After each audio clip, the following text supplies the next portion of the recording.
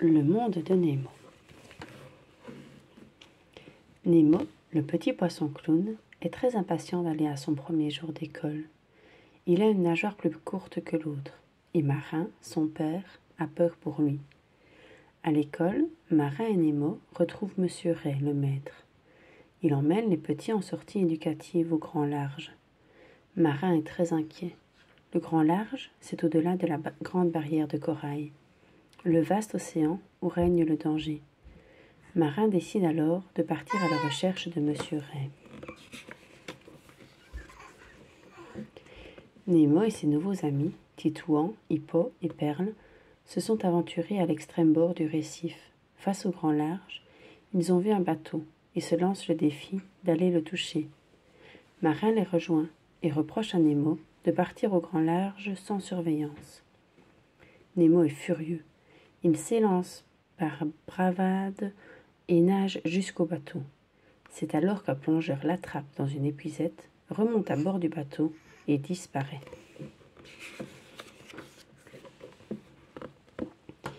Nemo se retrouve maintenant chez le docteur Sherman, un dentiste à Sydney, en Australie. Ce dentiste est le plongeur qui a attrapé Nemo. Il l'a mis dans un aquarium où vit déjà un groupe de poissons appelés les siphonnés du bocal.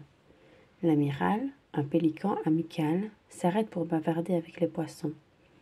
Nemo apprend qu'il est destiné à être offert à Darla, la nièce du dentiste, et que le dernier poisson qu'elle a eu n'a pas survécu. Gilles, le chef des siphonnés, rassure Nemo. Ils vont trouver un moyen de s'enfuir avant la venue de Darla. Pendant ce temps, Marin, désemparé, rencontre un poisson bleu, Dory, qui lui propose de l'aider. Mais juste après, Dory ne se souvient plus de Marin. Elle lui explique qu'elle perd la mémoire très souvent. Marin trouve le masque de plongée du ravisseur de Nemo. Quelque chose est inscrit dessus. Dory se souvient soudain qu'elle sait lire l'humain, mais le masque tombe dans une fosse océanique. Grâce aux filaments lumineux d'une baudroie qui les poursuit, Dory parvient finalement à lire ce qu'il y a sur le masque. P. Sherman, 42 Wallaby Way, Sydney. Dory et Marin croisent un groupe de poissons-lunes qui leur indique la direction de Sydney et conseille à Dory de passer à travers la fosse. « D'accord, je m'en souviendrai, » dit Dory. Mais en arrivant devant la fosse, Marin décide de passer au-dessus.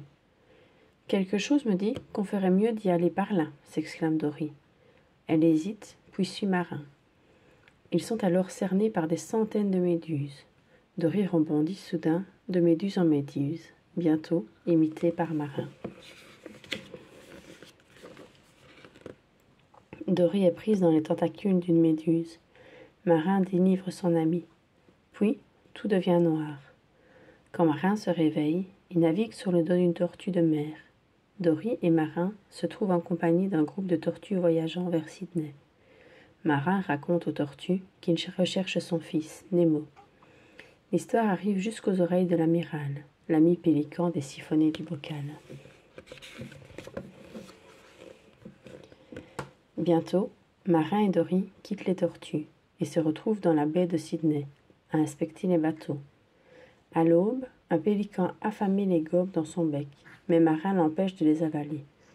Et le pélican expulse les deux poissons, juste au moment où l'amiral vient se poser. « Je cherche mon fils, Nemo !» crie Marin. « Hé, sautez dans mon bec, je sais où il est !» dit l'amiral.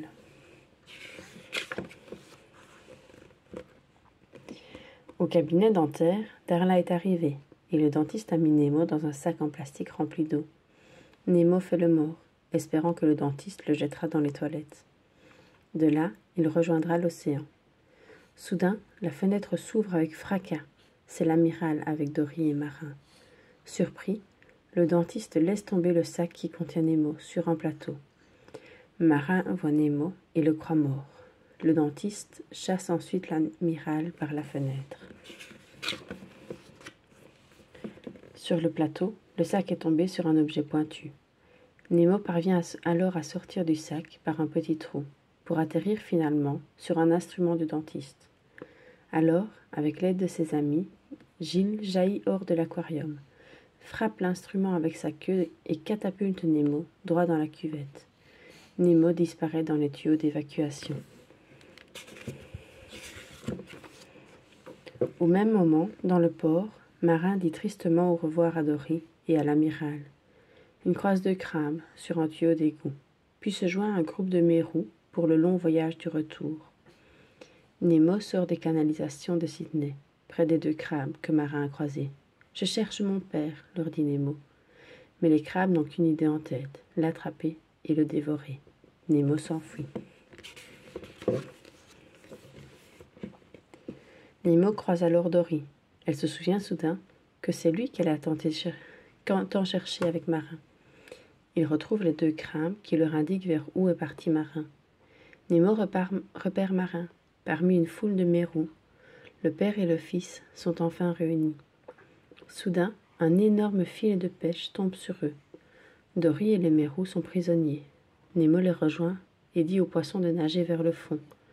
Le filet finit par se rompre. Tous les poissons sont enfin libres. Nemo et Marin conduisent Dory jusqu'à leur récif. Nemo retourne à l'école, juste au moment où M. Ray s'apprête à partir. Nemo jette un regard en arrière et lui demande d'attendre 1 minute. Il va vite vers son père et lui fait un gros câlin. « Je t'aime, papa. »« Moi aussi je t'aime, Nemo, » dit Marin en serrant fort son fils.